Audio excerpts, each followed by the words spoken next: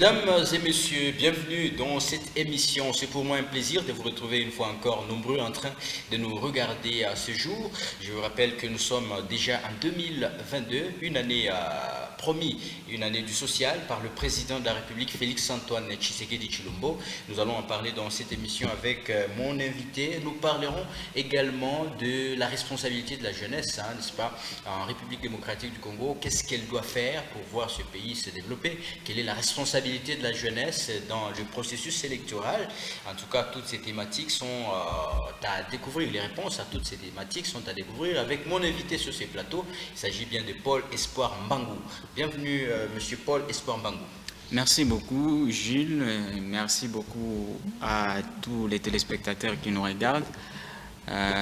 Avant tout, j'aimerais saluer d'abord et souhaiter mes meilleurs voeux de bonheur, de longévité et de paix à tous les téléspectateurs, de manière générale, en particulier à tous les personnels de Golgotha Télévision, et en particulier aussi aux promoteurs, et aussi à tous les techniciens, mais aussi à toi, mon frère.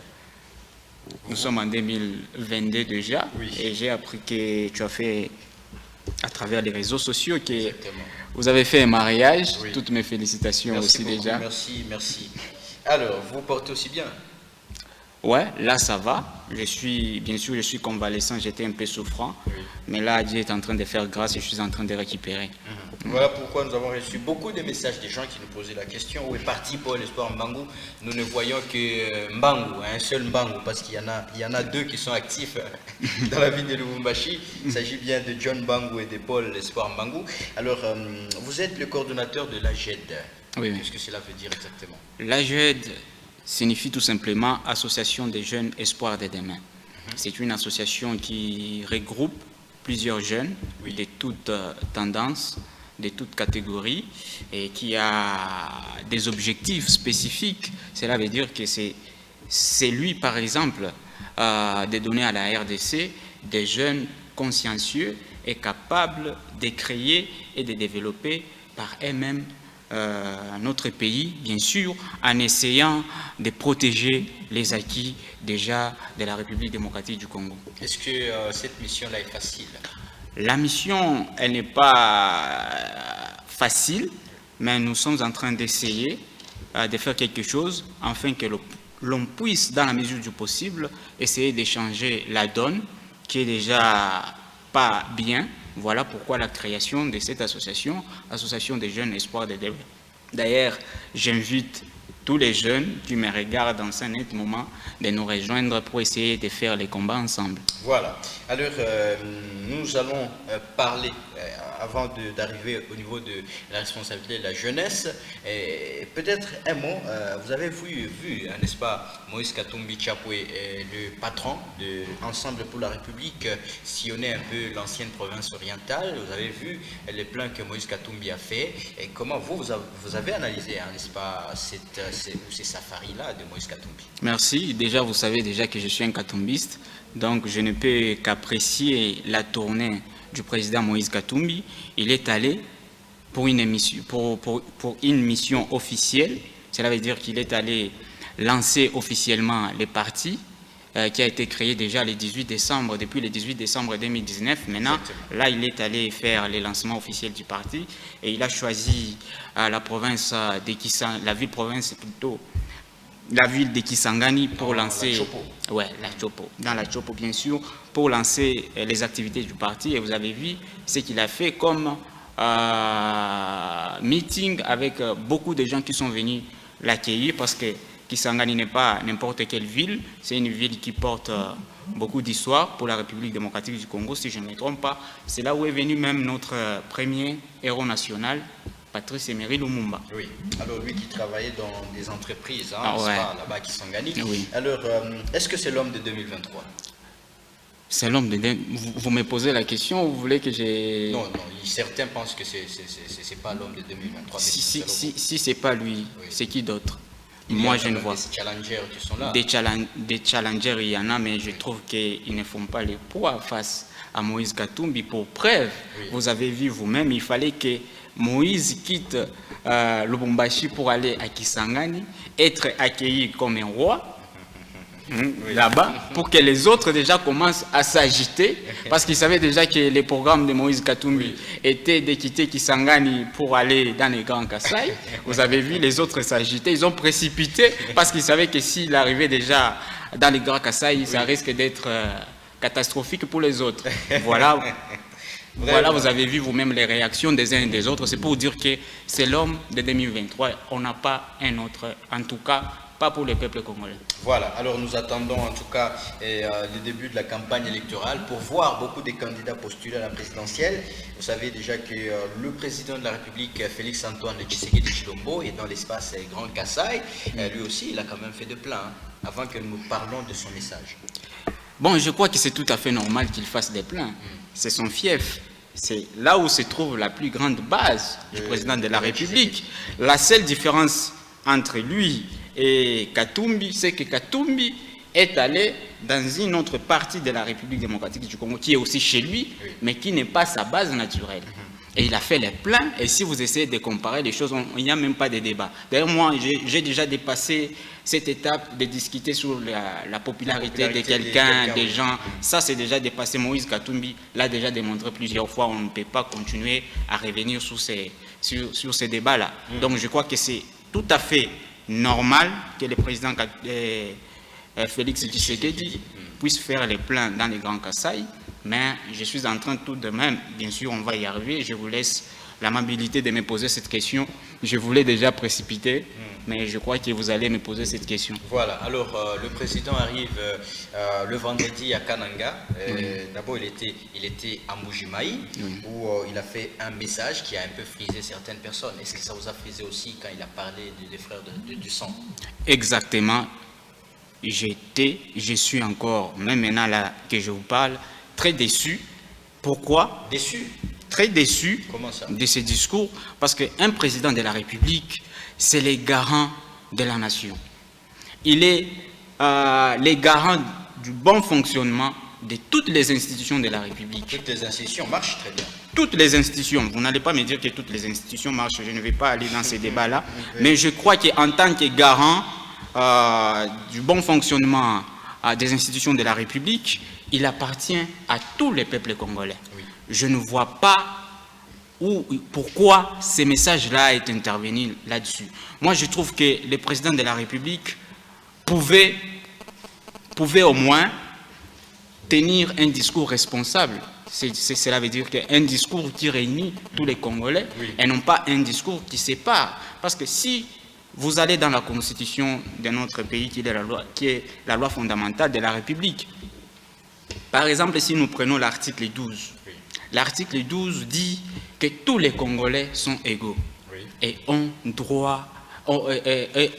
les mêmes droits devant la République et que personne ne peut être discriminé. Là, je suis dans l'article 13 qui interdit toute forme de discrimination pour n'importe quel Congolais. Nous tous, nous sommes égaux devant la loi, devant la République, mais je ne vois pas pourquoi le président peut aller s'exprimer de cette façon-là, où il traite les uns, il prend les autres pour des ennemis, et les autres pour ses frères du sang. Est-ce que vous allez me dire que lors des élections passées, le président de la République a été élu que par les habitants du Grand Kasaï, soit ses frères du sang? Je ne pense pas. Alors si, par exemple, nous considérons et nous voulons que ça soit ainsi, comme le président de la République a dit qu'il compte sur ses frères du sang pour faire face à ses ennemis, qui sont les autres tribus, est-ce que vous êtes sûr que si nous prenons seulement ses frères du sang pour qu'ils affrontent les autres tribus de la République démocratique du Congo, est-ce que le président de la République fera face? Je crois que c'est un discours irresponsable, léger, et tout le monde va retenir que le président de la République a raté sa sortie. Il fallait au moins tenir un discours responsable, un discours qui réunit tous les Congolais et non un discours qui est en train de séparer. Et pour ça, je comprends tout simplement, c'est parce que le président se sent rejeté d'abord par la majorité de la population congolaise, renié par sa propre famille, alors il fallait aller agiter ces noyaux-là des frères du sang, des sœurs du sang, pour qu'ils soient soutenus et faire face à ces échecs et à ces promesses qui ne sont pas souvent, dans la plupart des cas, réalisées. Voilà. Alors, vous avez vu, hein, n'est-ce pas, le président qui quitte Mbujimai vers la province de Lomami. Vous avez vu en tout cas la situation des infrastructures routières, c'est vraiment catastrophique. Qu'ont fait les dirigeants de ces coins-là, exactement? Bon, moi, je pense que c'est une bonne chose que le président puisse aller découvrir de ses propres yeux la misère qui est en train de traverser, de vivre nos frères de cette partie de la République démocratique du Congo. Et je trouve que si le président de la République a vraiment un bon cœur, il doit faire quelque chose pour la population de cette partie. Et bien sûr, il est passé encore comme d'habitude. Ce que j'ai craint, moi, c'est que les promesses restent comme d'habitude, promesses irréalisées. Moi, j'aurais voulu... Il a encore promis au Kassai. Il a encore promis à la jeunesse, il a encore promis. Moi, je veux que ces promesses se réalisent enfin, parce que ça sera vraiment désespérant et ça sera vraiment décevant s'il continue à laisser cette partie de la population souffrir de cette façon-là. Vous savez que les gens du Grand Kassai, les Grands Kassai se vident du jour au jour. Exactement. Les gens se débrouillent, ils quittent. Parce qu'il n'y a pas la vie. Parce qu'il n'y a pas la vie. Il n'y a que la souffrance, il n'y a que misère. Voilà pourquoi j'ai dit que c'est une très bonne façon que le président puisse aller découvrir de ses propres yeux la misère qui est en train de traverser surtout sa base, ses frères du sang. Donc, ça me fera vraiment plaisir qu'il fasse quelque chose pour ses frères du sang avant 2023 et non pas les promettre de réaliser ses promesses lors de son deuxième mandat, parce que personnellement, je suis persuadé que c'est difficile avec ces bilans qu'il puisse faire un deuxième mandat. Je préfère qu'il puisse réaliser ses promesses pendant qu'il est encore pendant qu'il a encore le pouvoir en main, pour qu'il puisse faire quelque chose, question de booster le moral de ses frères du sang et de ses sœurs du sang. Voilà, et à Kananga, il a promis aux jeunes du travail. Hein. Wow.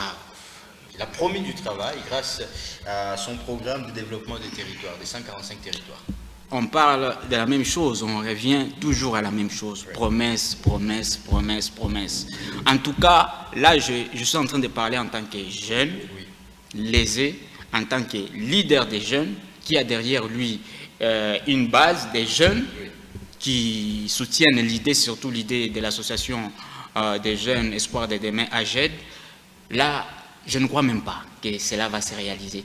Et moi, personnellement, j'en ai marre des promesses des hommes politiques, pas seulement du président de la République actuelle, mais les autres.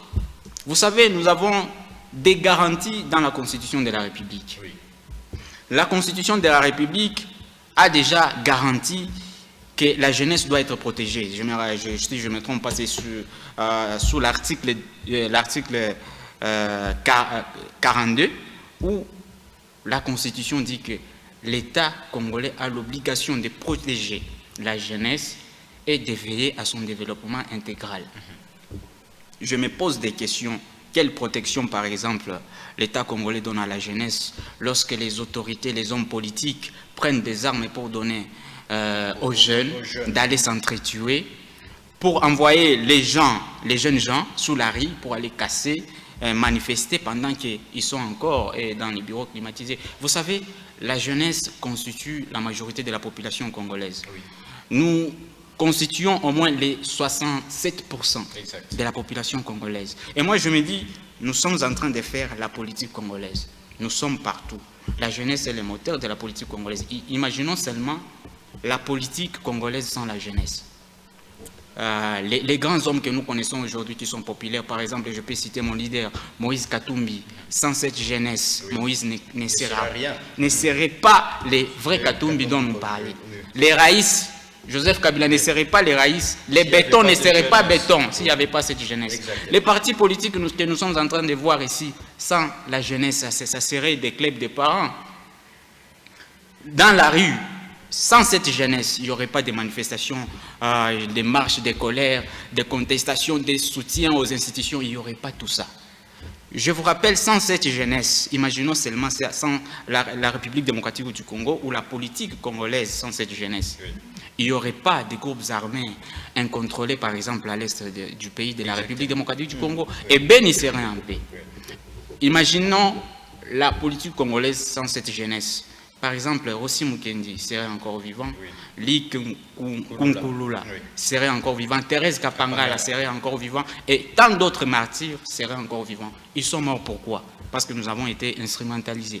Parce que l'État congolais ne protège pas cette jeunesse. Voilà pourquoi ils ont disparu comme ça. Je trouve que nous les jeunes, moi personnellement, ça me fait très mal de constater les jeunes sur les réseaux sociaux en train de se chamailler, en train de s'insulter pour les leaders politiques, pour défendre... C'est d'ailleurs devenu une façon de vivre pour défendre les leaders politiques. C'est insensé, c'est incompréhensible. Je pense que, d'ailleurs, si vous constatez bien, c'est cette jeunesse même que nous constatons, que nous considérons comme la crème intellectuelle de la jeunesse qui est en train de faire ce genre de bêtises. Personnellement, vous ne me verrez pas devant la caméra avec un bout de papier comme ça pour dire nous les originaires de tel, nous voulons que le pouvoir soit seulement dirigé par tel, ce genre de bêtises, ni insulter telle autorité. Vous ne me verrez jamais. Moi, ça me fait tellement mal de voir les jeunes gens sur les réseaux sociaux en train de discuter sur la popularité des leaders politiques, sur l'habillement des leaders politiques, sur l'argent des leaders politiques. Mais c'est quoi ça? Et puis vous défendez quelqu'un, vous êtes en train de défendre un criminel, un voleur, vous êtes en train un pilleur, vous êtes en train de défendre un sanguinaire tout simplement parce qu'il est votre leader politique. Moi, ça, en tout cas, ça me fait très mal. Que doivent exiger exactement les jeunes à leurs dirigeants? Les jeunes à leurs dirigeants, je crois que nous n'avons rien à exiger à nos dirigeants, mais nous devons arracher nous-mêmes ce qui nous revient. Parce que la Constitution de la République nous garantit beaucoup de choses. Je ne vais pas citer tant d'articles ici. Nous avons la capacité d'être des dirigeants qui dirigent les autres, et non pas seulement les jeunes gens qui sont en train de subir les principes, soit les ordres des autres. Je crois que, par exemple, quand nous sommes dans des partis politiques, bien sûr que nous avons des autorités de nos partis politiques, nous devons réclamer aux autorités du parti ce qui nous revient. Et non pas seulement que les autorités du parti puissent avoir besoin de nous seulement lorsqu'il faut manifester, lorsqu'il faut aller casser ou brûler les sièges des autres.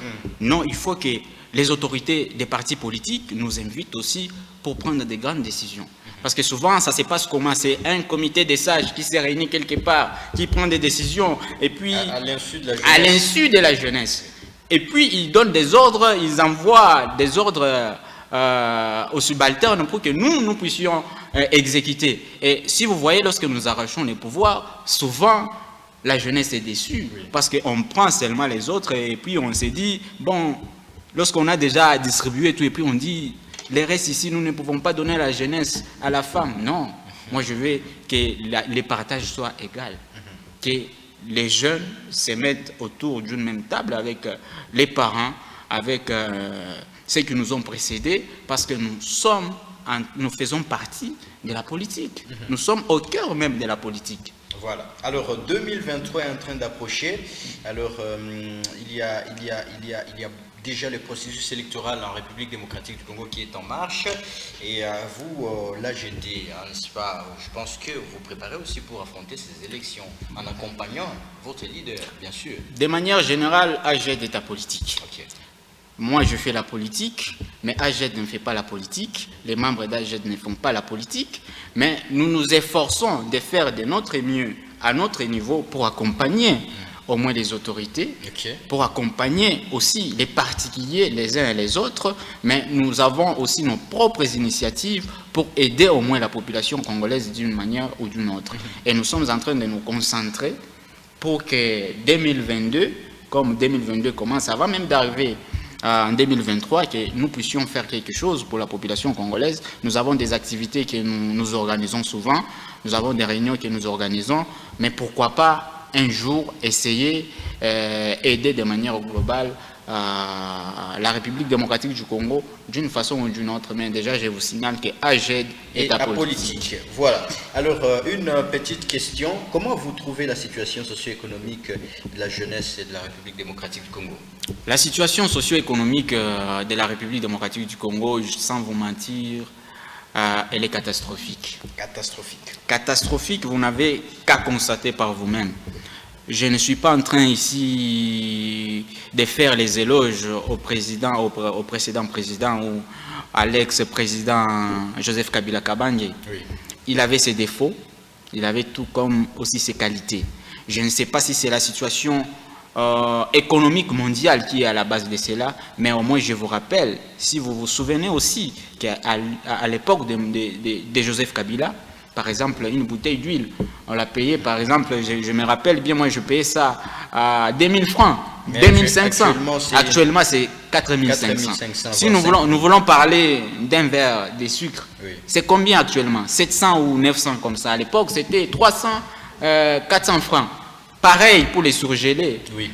Ça me fait mal de voir que la République démocratique du Congo, un grand pays comme les nôtres, allait importer des chinchards en Namibie, alors que nous avons des lacs, des grands lacs, parmi les plus poissonnés d'Afrique. Mais ça ne nous sert à rien, tous ces lacs-là. Ça ne nous sert à rien.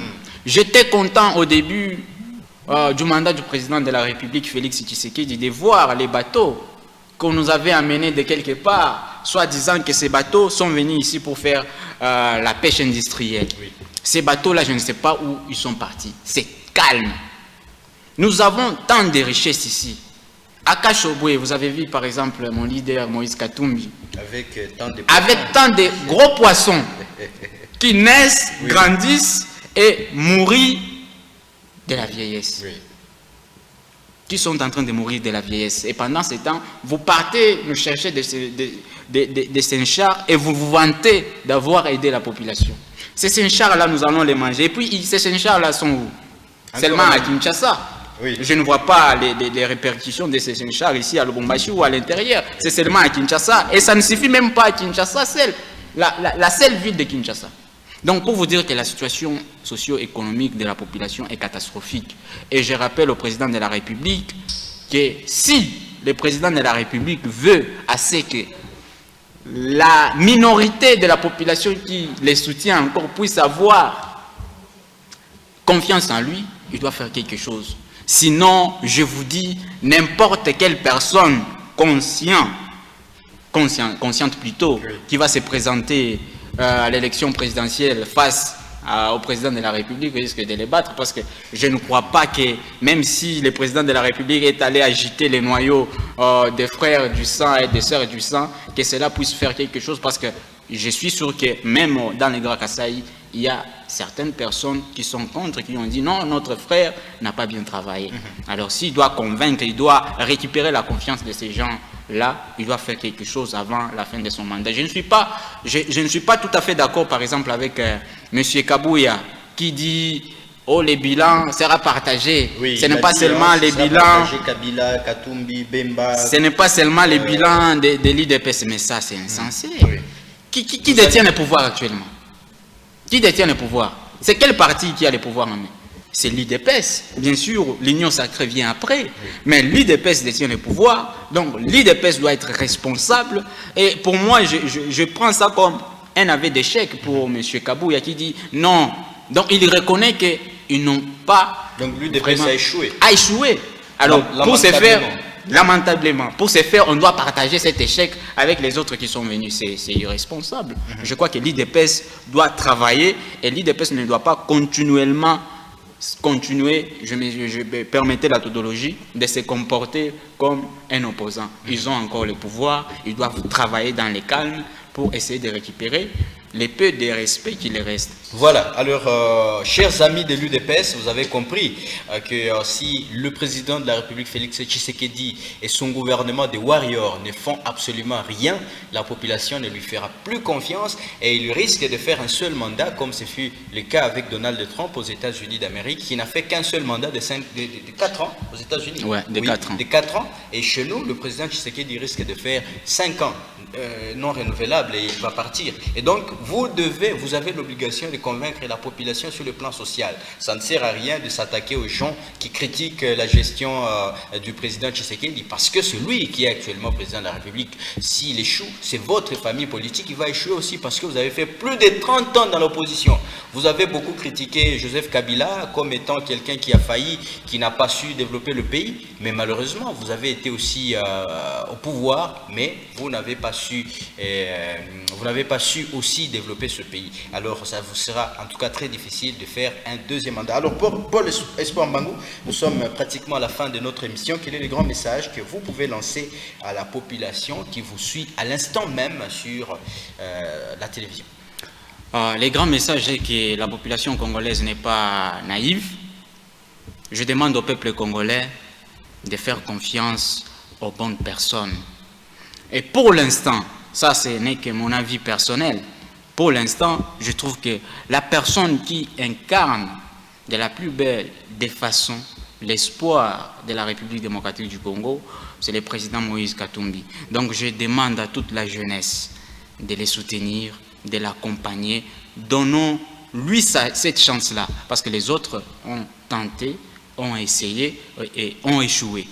C'est le temps pour nous de faire confiance à quelqu'un d'autre. Donc, essayons de l'accompagner, de les soutenir, surtout à la jeunesse, de ne pas continuellement rester naïve, de prendre ses responsabilités, de ne pas être totalement fanatique, d'être rationnel, de critiquer ce qu'il faut critiquer, de ne pas passer le temps à se chamailler, à s'insulter sur les réseaux sociaux, ça ne sert à rien. Prenez de bonnes initiatives pour qu'un jour, que l'on puisse nous-mêmes, au lieu de continuer à réclamer jour après jour que les autorités, que les gouvernements congolais puissent faire quelque chose, mais que l'on puisse prendre les choses en main, que nous, la jeunesse, que nous puissions diriger ces pays et que l'on puisse améliorer beaucoup de choses, surtout les conditions de vie de la population congolaise de manière générale, pour que la République démocratique du Congo retrouve sa vraie place. Parce que la République démocratique du Congo, c'est une très grande nation.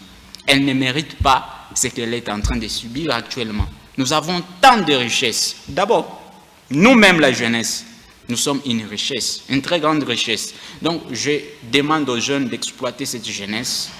Soyons responsables partout où nous nous retrouvons. Prenons des bonnes et des belles initiatives pour que l'on se retrouve à la table où se prennent des grandes décisions et non pas que l'on soit toujours les gens qui reçoivent des ordres pour aller casser, pour aller piller, pour aller brûler les sièges d'autrui, qu'on soit continuellement utilisé comme marche-pied, comme bouclier politique ou comme marchandise politique.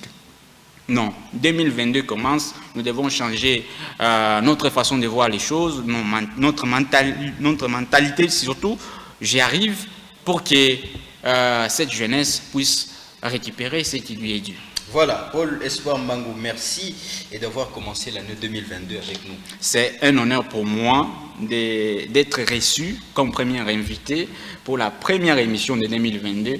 Je vous dis sincèrement merci. Je remercie aussi toutes les personnes qui nous ont suivis. Je remercie aussi les techniciens, tous les personnels de Golgotha et toutes les personnes qui me soutiennent et qui me suivent régulièrement. Voilà, merci beaucoup à vous tous qui nous avez suivis.